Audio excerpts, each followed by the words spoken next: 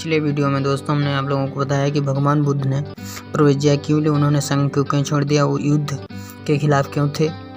उस सब पूरी कहानी को मैंने आप लोगों को उस वीडियो में बताया। अब यह वीडियो है उसके आगे की कहानी का।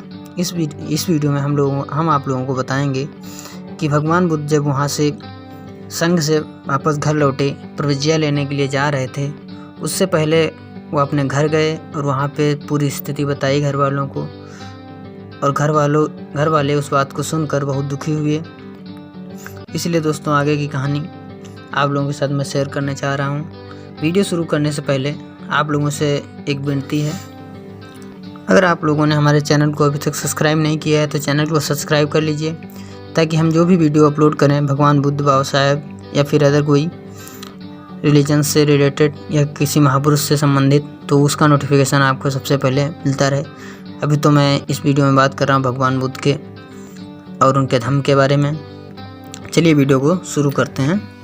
शाक्य संघ की सभा में जो कुछ हुआ उसकी सूचना सिद्धार्थ गौतम के वापस लौटने से पहले राजा के महल में पहुंच गई थी। घर पहुंचने पर सिद्धार्थ गौतम ने देखा कि उसके माता पिता बहुत दुखी हैं और वो रो रहे हैं। शुद्धोधन ने कहा, हम युद्ध के दुष्परिणामों की चर्चा किया करते थे, लेकिन मैं नहीं जानता था कि तुम इस सीमा तक चले जाओगे। सिद्धार्थ का उत्तर था, मैं भी नहीं सोचता था कि ऐसी स्थिति आ पहुंचेगी। मैं समझता था कि समझाने से शाक्य शांति के समर्थक बन जाएंगे, किंतु दुर्भाग्य से सैनिक अधिकारियों ने लोगों को इतना उत्तेजित कर दिया कि वो मेरी बातों पर उनका कोई प्रभाव नहीं पड़ा।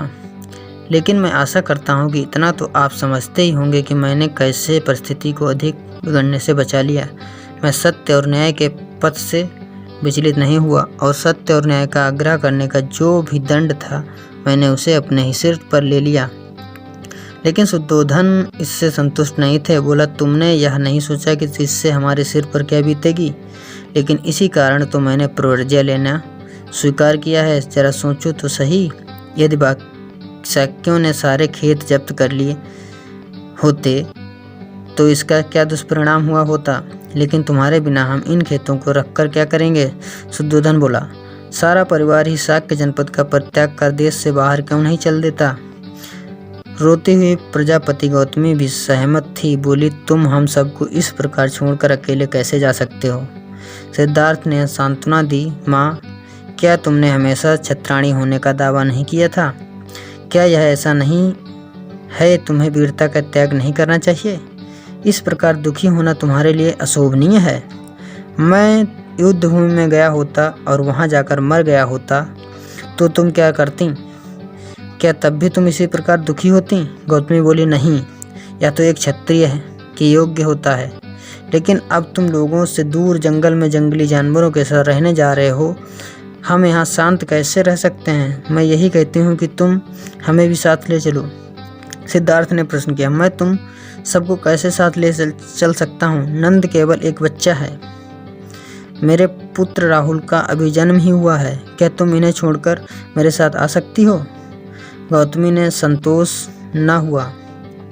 उसका कहना था कि हम सब शाक्यों का देश छोड़कर कौशल नरेश की अधीनता में रहने के लिए कौशल जनपद में जा सकते हैं। सिद्धार्थ ने आपत्ति को, लेकिन माँ शाक्यों क्या कहेंगे।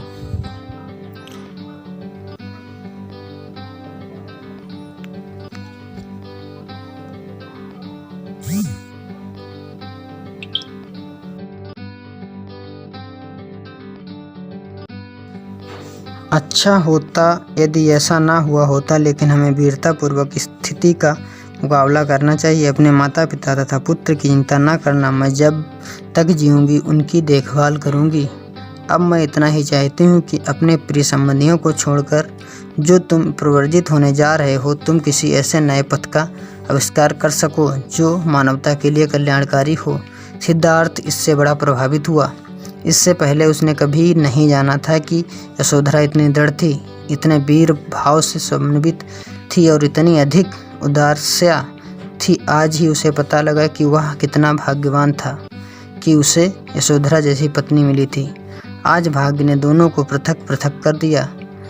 उसने उसे राहुल को लाने को कहा। एक पिता की वात्सल्यपूर्ण दृष्टि डालकर वह वहाँ से विदा हो गए और इस प्रकार सिद्धार्थ अपने घर से विदा लेते हुए चले गए वहाँ से। और बाहर निकल गए। दोस्तों अगर वीडियो अच्छी लगी हो तो दोस्तों चैनल को सब्सक्राइब करें, लाइक करें और अपने दोस्तों के साथ शेयर करें। मिलते हैं अगले वीडियो में एक अगली कहानी के साथ भगवान बुद्ध की। तब तक के लिए नमस्कार।